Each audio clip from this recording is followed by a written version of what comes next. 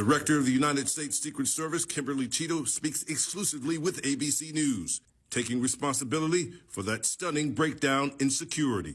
This is an event that should have never happened. Who is most responsible for this happening? What I would say is that the Secret Service is responsible for the protection of the former president. So the buck stops with you? The buck stops with me. I am the director of the Secret Service. It was unacceptable, and it's something that shouldn't happen again. If he was doing his job, I wouldn't even be doing this. I'd be at some beautiful place with a gorgeous ocean, the Mediterranean, look, they're all pointing. The Atlantic, maybe the Pacific. Yeah, someone's on top of the roof. Look. Gary. We have criminals, we have drug dealers, we have people that should not be here. On the roof. It's much tougher than if it happened. You went right on the roof again. Ever. Shooter was actually identified as a potential person of suspicion. Units started responding to seek that individual out. Unfortunately, with the rapid succession of how things unfolded, by the time that individual was eventually located, they were on the rooftop and were able to fire off at the former president.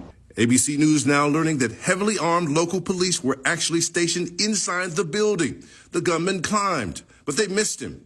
Butler town officials confirming that after they became aware of the threat, a local police officer climbed up to the roof and confronted Crooks, but did not succeed in stopping him.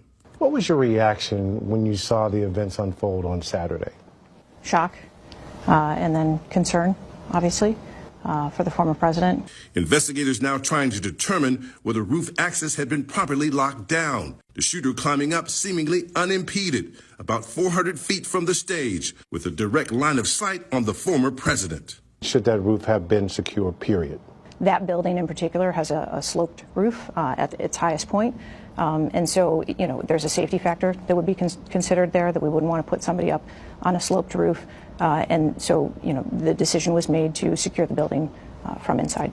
All right, guys, so we got to talk about this fascinating interview between Cory Mills and CNN. And this CNN anchor is going to freak out when Cory Mills pushes what the mainstream liberal media would call a conspiracy theory about the failed Trump assassination attempt, because a lot of people like myself, when this first happened, and in my initial analysis of what happened, I think I said this in the first video, I said, yeah, I wouldn't be surprised if there's something more nefarious going on here in regards to why and how this assassination attempt was allowed to happen. And I really don't like to say that, because there's a stigma against pushing conspiracies. Everybody wants to throw you in the same bucket with Alex Jones and other individuals as well too that are kind of known for conspiracy theories. But in 2024, we all know that conspiracy theories are really just delayed facts, right? Because they always tend to turn out to be true if you give it enough time, right? I mean, this is just the reality of today's politics. So again, I'm team conspiracy, right? I am not ashamed to be a so-called conspiracy theorist. That just means that I'm a critical thinker, right? And I hope that you guys are all critical thinkers as well too.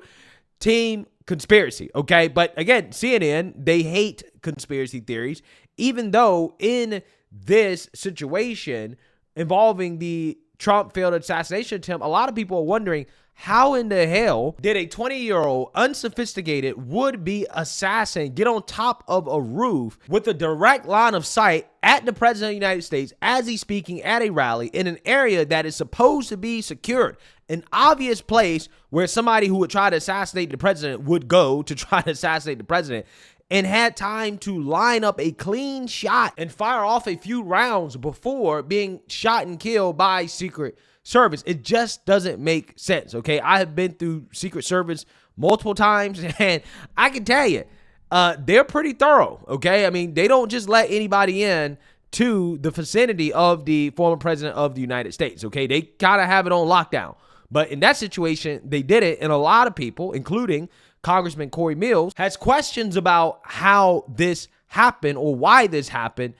And again, this guy, he served in the military in the Iraq War. He was a sniper. I've actually talked to him personally about his service in the Iraq War. So this guy is smart, okay? He's extremely sharp.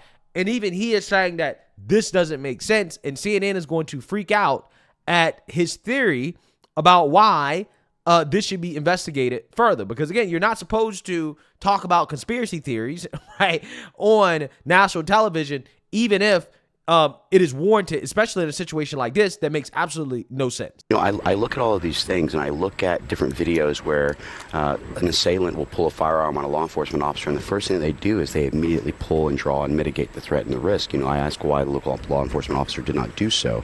Yeah, so that's a good question, right? That's also a part of the story that's being told to us that makes absolutely zero sense, which is this idea that a local police officer got on top of the roof and confronted the would-be assassin, and essentially the local police officer ran away. Instead of engaging with the suspect pulled out a weapon and the cop ran away, which, again, is tragic because even if, let's say, the cop got shot, right, that gunshot going off would have definitely prevented the assassination attempt on the president from happening at all, right? So, you know, that cop in that situation could have been responsible, in my opinion, for allowing the president to be assassinated had the sniper actually hit the target, right?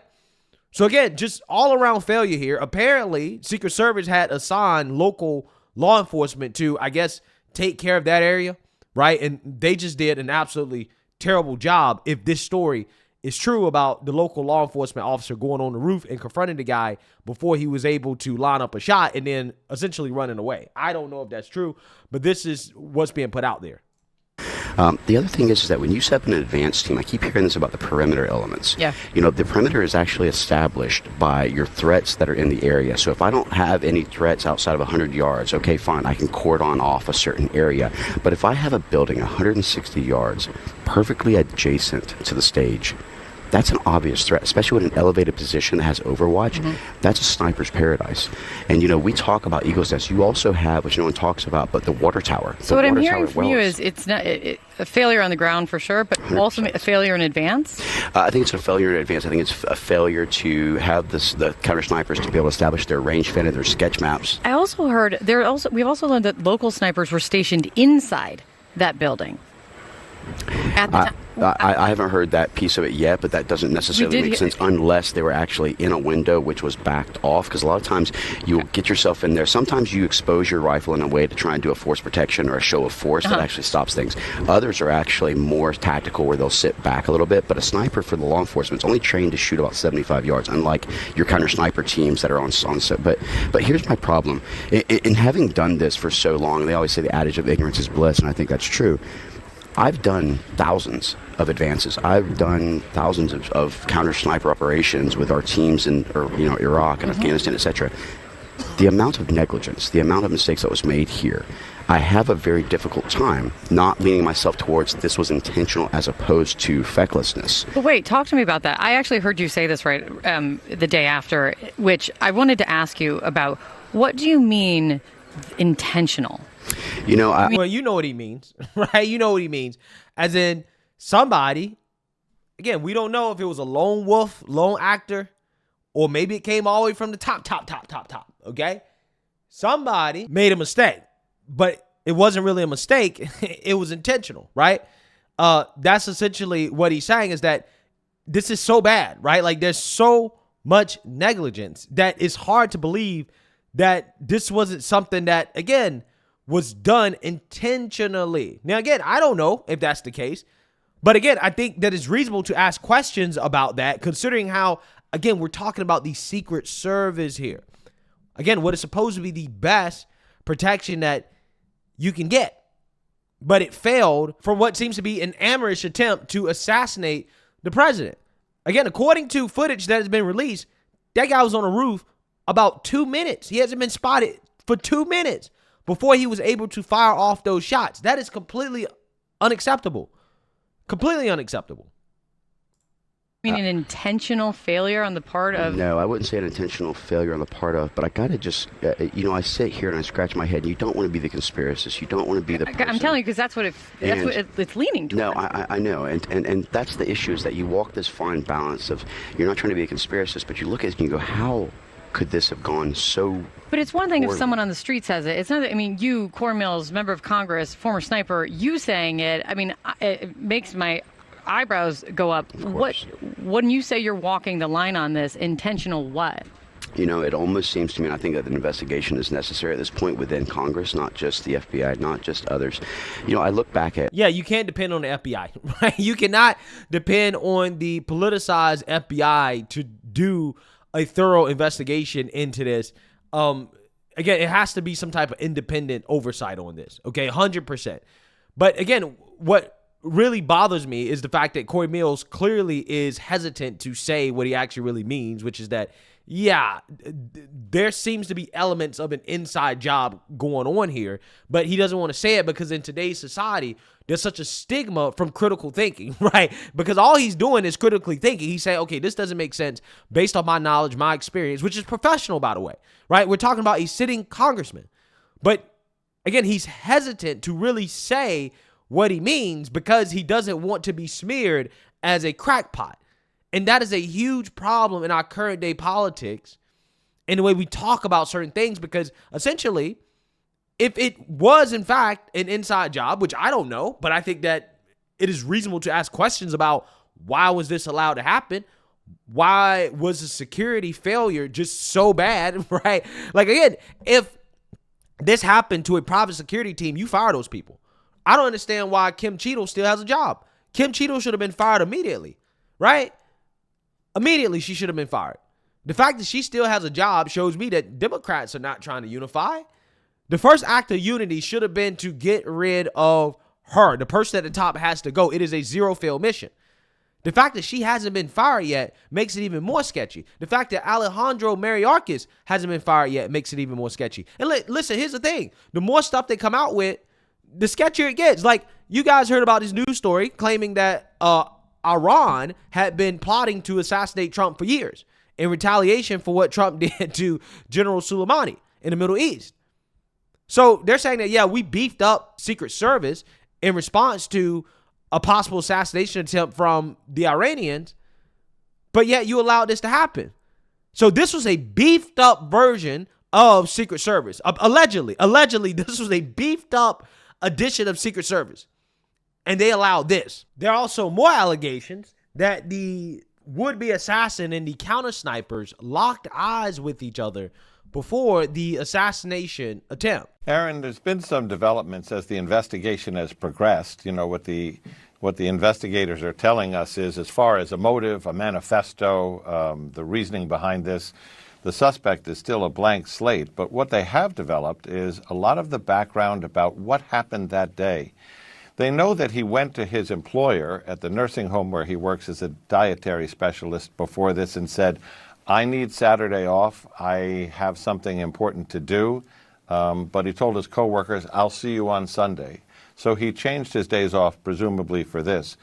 We also understand that when he got to the fairgrounds where this rally was being held for Donald Trump, the first thing that puts him on the radar of security people is near the magnetometer area where they're screening people in, he's carrying in his hand a rangefinder. It's a device that looks like a small pair of binoculars, but it's used by shooters to measure the distance when they're setting up a long-distance shot.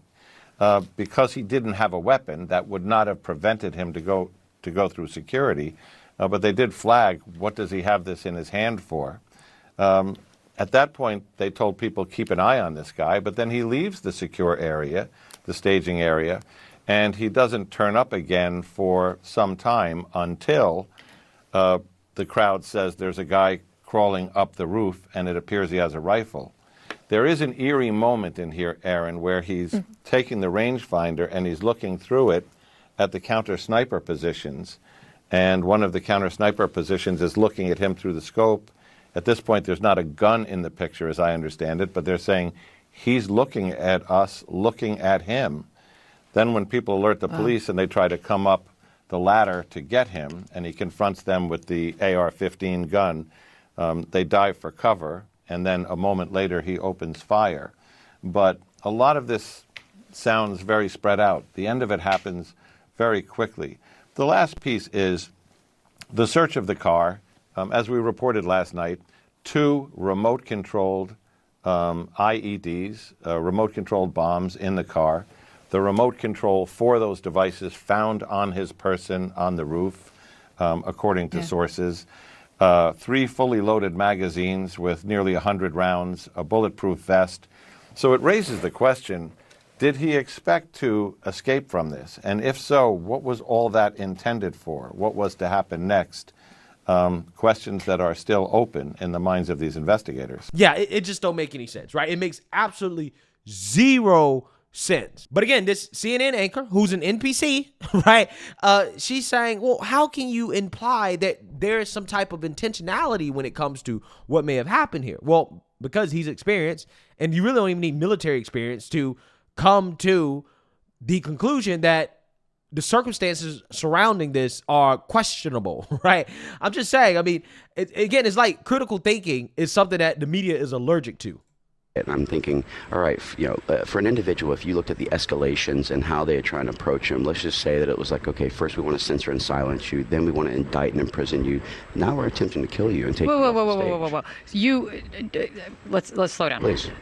I'm hearing two things from you. I don't want to jump ahead of things, but I'm also hearing you jumping ahead of things. Well, actually, I'm just looking at all the different possible capabilities. You know, one of the things as a military member, one of the things as a person who's run in the special operations communities before, one of the people who's actually done this is that you look at all potential analysis, right? Donald Trump and his team have said, do not, no, I agree. Dial it back. Do not blame this on Joe Biden. Oh, well, actually, I didn't say Joe Biden, to be completely Who's the clear they then? Let's be very specific. Well, that's what the investigation has to do. Was it local law enforcement that had made the mistakes, or was there something to it? Was there other types of things that we need to be analyzing or looking at and providing analysis? My point is that when something's so significant, you're talking about something that hasn't happened in decades, right? I totally. But my point is this: from a perspective of someone who's actually conducted these are not difficult advances. This is not like I'm putting together a stage placement in a tight shot.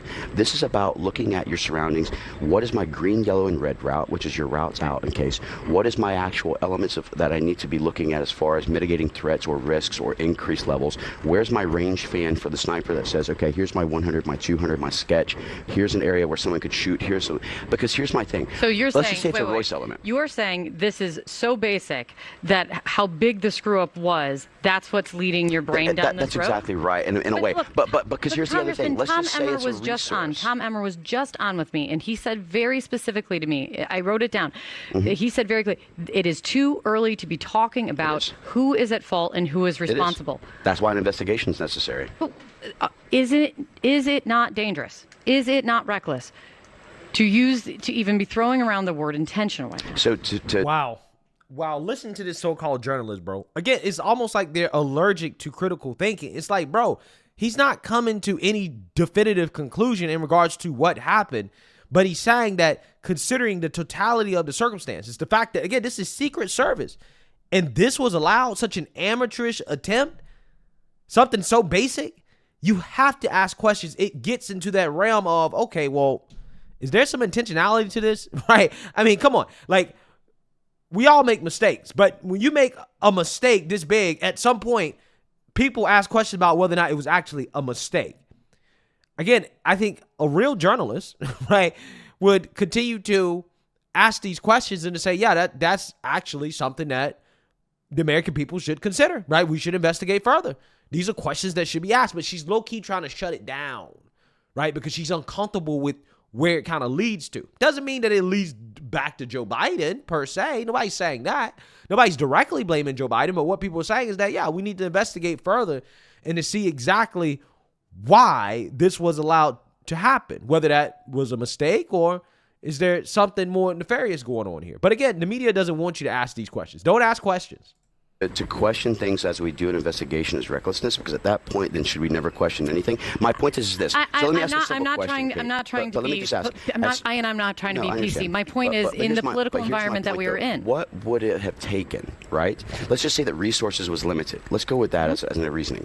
So how many times have you seen where they just put a police car inside of a parking lot with not an officer in it and just leave the lights on as a deterrent? Why couldn't that have been a simple thing that was placed in? Why couldn't we have said to the owner of the actual AGR company, hey, look, we don't want to disrupt your business, but we also want to make sure your parking lot is clear of people trying to park in there for the rally. Why don't we place an officer there? My point is that this was too easy of a solution. And when I think about 160 I'm just so uncomfortable with even having I'm uncomfortable with having to say it. Trust me, my whole point is that I would like to look at this and say, where was the mistake made? How can we correct it in the future? Why was this actually done? But I think that this does warrant a J13 type commission where we can actually look at it and say, let's investigate and find out why this happened so it doesn't happen to anyone. This is not about a political thing. This is about we had an attempt to assassinate a president.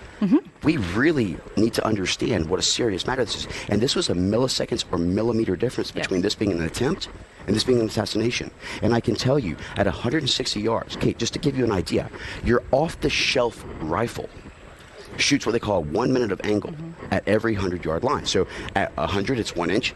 200, 2 inches, etc. So now you're talking about 1.6-inch grouping capability of a rifle off a manufacturing line. Your average human being, because we used to do this in understanding sniper training, you're 20 inches shoulder to shoulder, 40 inches head to waist, and you're 6'8" in your average head size. These are kind of the dimensions that you look at as an average. You're talking about a 1.6-inch grouping for multiple shots on a basic rifle. We're blessed, and I do believe in divine intervention, so I am a person of faith. I can't explain one. I hope that it was a corrugated roof and maybe he slipped off on one of the edges of the corrugated roof or he was rushed. But the whole thing, I think, just needs to have a better explanation so that the American people and everyone can feel comfortable. And I think that's how I feel about it, personally, because I definitely don't feel comfortable right now. I do not feel comfortable right now whatsoever. That's why it's hard to be kind of like celebratory, considering how things are going Trump's way, right? Because in the back of my mind, I'm almost like, well, what's stopping this from happening again? Clearly, the Secret Service couldn't stop it from happening the first time. So, again, it's so bad. The mistakes were so egregious that I have to ask questions about, okay, like, are these people to be trusted? Should Trump just hire his own private security? I think, honestly, he should probably consider doing that anyways at this point. I'm not sure. But, again, the fact that this reporter is freaking out about the truth, which, by the way, this is a great screen grab here, right? We're going to grab that. We're going to put that in the thumbnail, okay? It tells you everything you need to know about the state of journalism, right? Don't ask questions, okay? Do not ask questions. Never question the official narrative as the mainstream liberal media gives you the official narrative, which is that, hey, this guy might have been a Trumper, right? So really, low-key, because of Trump's rhetoric, he may have incited his own assassination, right? This is what the mainstream liberal media is putting out there while they're at the same time telling you don't ask questions about why or how this was allowed to happen. It's shameful. It really is. That's why people are saying pump the brakes, because we've seen conspiracy theories, honestly, on the right and the left. I just said Donny O'Sullivan on that it's already going like wildfire. This is the kind of political environment that they're saying it's too hot and people are jumping to too many conclusions. Well, that's why I am so uncomfortable. As a military member, one of the things that we do is we what if scenario everything in the world, right? That's how I know, but I don't know. I'm just saying, when I look at the what if that you talk about maybe in an investigation, and the what if that you are presenting on live television. I don't know. It's just... Well, so listen, I'm a public official. Yes. Anything that I do, anything that I say in the public. I don't try and hide it in private. I think that the American people need transparency, accountability, and accessibility to the elected officials, not to try and hide behind what we want to look at. And I also think that if the American people know that we're questioning these things as well, it puts them at rest to at least know, why aren't they at least looking into this? Why? We should look at every single situation which is of this significance. We should look at it from multiple angles to ensure that nothing is left out, nothing could be potentially claimed as being covered up. Yeah. We need to have more transparency to the American people, and I think that's what everyone deserves. But a full investigation. Full investigation. Before anyone that's right. points at fault. That's exactly right. And that's why I say I have not made an accusation of something. I just want to make sure we're covering our bases to ensure that we get a proper investigation at all levels to ensure this doesn't happen again and that our president can be safe. Congressman. Yeah, I mean, well, here's the thing, right? A lot of these people in the media probably don't care about the safety of the former president. They don't care about the truth. All they care about is the narrative. Again, this is why this woman's so uncomfortable, right? She's uncomfortable with the idea of truth because these people are so used to gaslighting, not being transparent, lies, narrative, that, again, when you cut down to the, okay, well, let's actually figure out what happened here. Let's ask the real questions about what happened here. She's uncomfortable with it, right? Which, again, I don't understand. Why are you uncomfortable with it? Do you know the history of this country? Right? If you know the history of this country, you should not be uncomfortable with asking questions about things that happen in this country that we should be asking questions about, right? But again, you know, it just goes to show you the state of journalism today. It's just piss poor, right? And it's sad. It is sad that journalists are afraid to ask questions about controversial events, especially when the facts are leading you to ask these questions. And as Cory Mills alluded to, there are American people out there, I am one of them, that have questions about this, and I'm concerned about the safety of the president. So yeah, I think transparency is necessary to help me as an American citizen sleep better at night, knowing that, okay, we are getting the truth about what happened. But again, like I told you guys, we're probably never going to get the truth about what happened, and the mainstream liberal media is going out of their way to muddy it up on purpose because they don't want us to find out the truth. Okay, so let me know what you guys think. Make sure you like, comment, and subscribe. Most importantly, share a Black conservative perspective. Peace.